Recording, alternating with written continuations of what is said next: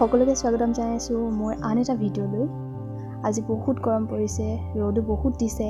ভাবিলোঁ আজি দুপৰীয়া সাঁজ ঔটেঙা আৰু কচুৰ সৈতে খোৱা যাওক। তাকে ভাবি আমি ওলাই আহিলোঁ ডাল কচু বিচাৰি, আৰু মই এইফালে লৈছোঁ নৰসিংহ পাত।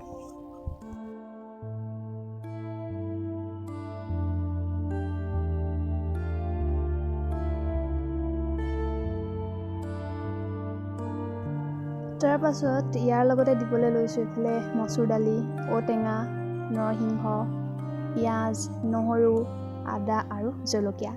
প্ৰথমতে কচুখিনি কাটি ল'লোঁ, কাটি অলপ পানীত তিয়াই থ'লোঁ।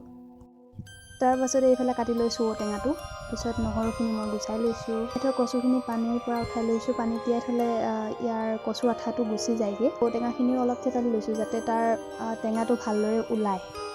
এটা কুকাৰত পানী দি তাত ডাল কচু, ঔটেঙা আৰু দাইলখিনি একেলগে দি দিছোঁ। অলপ দেৰি সিজাম।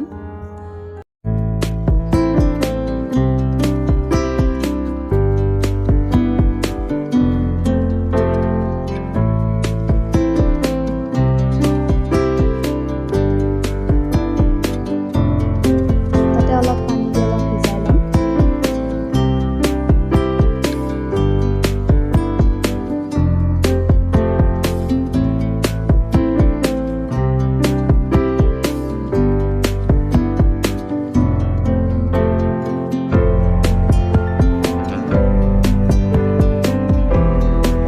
তাৰপিছতে মই নহৰু আৰু আদাখিনি এনেকৈ বাতি ল'লোঁ।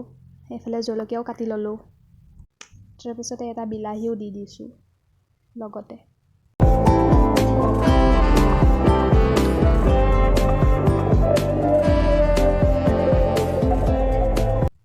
আৰু লগতে কাটি ল'লোঁ পিঁয়াজ। ইতিমধ্যে সকলোখিনি যোগাৰ হৈ গৈছে। তাৰপিছতে এখন কেৰাহী পাতি লৈ তাতে তেল দিছোঁ, আৰু তেলখিনি সম্পূৰ্ণ গৰম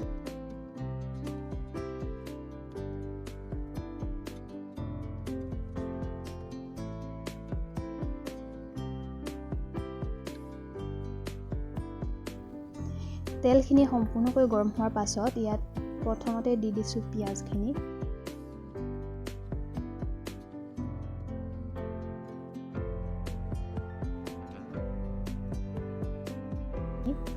পিঁয়াজখিনি অলপ ভাজি লৈছোঁ। পিঁয়াজখিনি গলি যোৱাৰ পাছত তাতে জলকীয়া দি দিছোঁ, আৰু তাৰ পাছত দিছোঁ আদা আৰু নহৰুৰ মিশ্ৰণটো।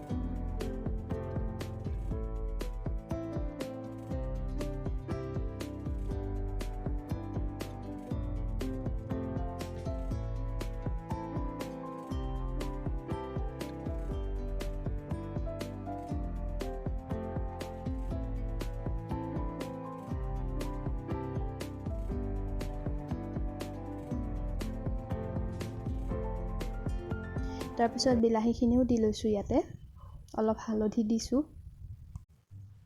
তাৰ পাছতে দি লৈছোঁ নৰসিংহৰ পাতখিনি, আৰু এই সকলোখিনি অলপ সময় লৰাই ভাজি আছোঁ যাতে সম্পূৰ্ণকৈ অলপ মিক্স হৈ যায় আৰু গলি যায়, ৰঙা হয় অলপ।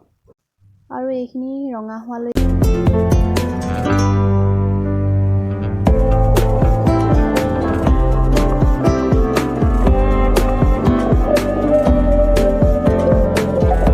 তাৰপাছতে এইফালে কুকাৰত পাতি থোৱা কচুখিনি দি দিছোঁ,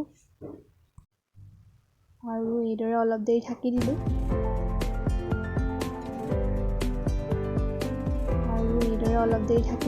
তাৰ পাছতে আমাৰ ৰেডি হৈ গ'ল ঔটেঙাৰ সৈতে কচু শাকৰ তৰকাৰী। তাৰ পাছত নৰসিংহৰ চাটনিৰ বাবে মই বিচাৰি ল'লোঁ নৰসিংহ আৰু মান ধনিয়া।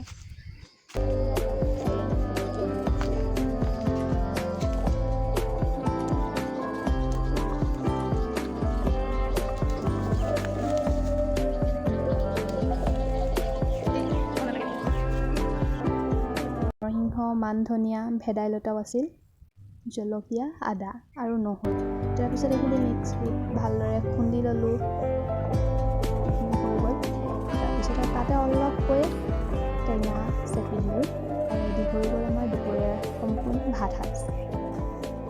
কেনেকুৱা পালে ভিডিঅ'টো জনাবলৈ নাপাহৰিব আৰু যদি ভিডিঅ'টো চাই ভাল পাইছে নিশ্চয় লাইক কমেণ্ট শ্বেয়াৰ কৰিব যদি আপুনি মোৰ চেনেলত নতুন হয় তেতিয়াহ'লে ছাবস্ক্ৰাইব কৰিবলৈ নাপাহৰিব থেংক ইউ